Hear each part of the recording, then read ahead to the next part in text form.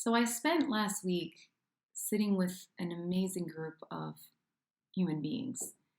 And we took those 4 days together to look at, in a logical way, where our feelings come from. And you may be thinking, well, why is that beneficial?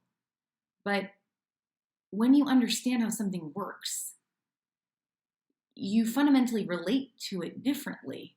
So when problems arise, you're much more equipped to look for the things that are actually causing the problem in the first place. You are listening to What We Should Have Learned in School.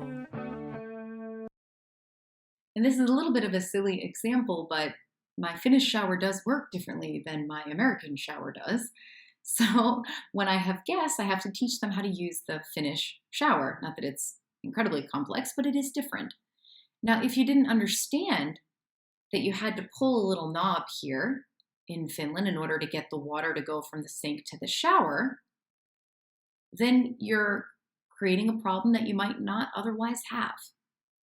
You could create all kinds of solutions to your problem. You could go around the back of the house and find a spigot, fill up a bucket of water, and bring it into the tub to try to bathe yourself that way, even though that's perhaps not the most effective way to get the job done.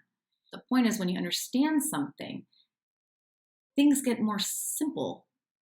There's an ease and a grace and an efficiency, and it saves a lot of time and effort and energy. So that's what we were talking about last week. Again, this human experience, where do feelings come from a universal place? One of my favorite questions to ask folks is, what is universal about being human? And at first, some folks don't really know how to react to that because we're not really having these kind of conversations where we look at the building blocks of being human. We're too stuck in our own way of seeing things.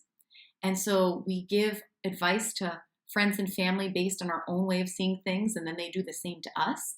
We're not really invited to look at what's neutral, to look at the logic of where human experience is coming from. And a way to kind of get to that place is to ask the question, what is universal about being human? And so I wanted to give one more kind of innocent example to hit this point home today. My husband is the country manager of Under Armour here in Finland. And coming from the country where Under Armour was created, it's really interesting because I have a very different relationship to, or a different perspective of what Under Armour is as a brand. But my husband has been meeting with some buyers here, and some of the buyers that he speaks with have a very strong belief that Under Armour is just a men's indoor training brand. Now, there's a couple things about that. Number one, if you have that strong belief, then it will become the reality because that store is only going to order men's training. And so that's all that people will buy. So in a sense, in that area where the store is located, most people there probably will only be wearing Under Armour if they're men and if they're doing some indoor training.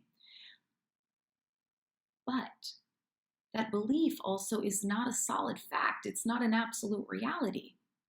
And it can be easier to see from a different perspective. So coming from the US, everyone wears Under Armour.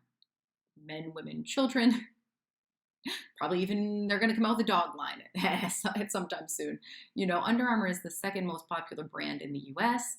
I also do think it's raising globally. I think it's maybe fifth, but don't quote me on that. I don't know if it's true.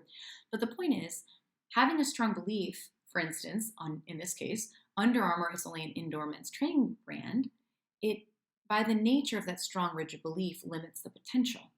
So that store can only make money off of this one line that Under Armour offers because they believe so strongly that it only exists this way.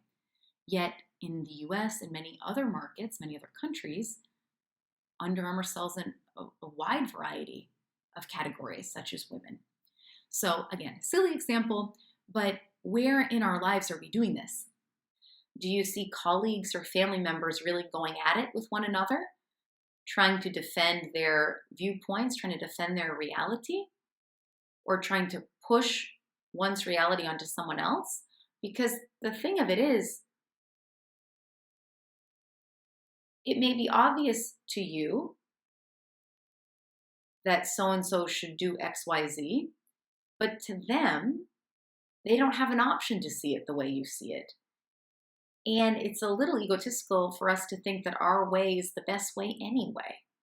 So instead of shaming and blaming and judging each other so strongly, I invite you to consider if there's another way of relating to ourselves and other people.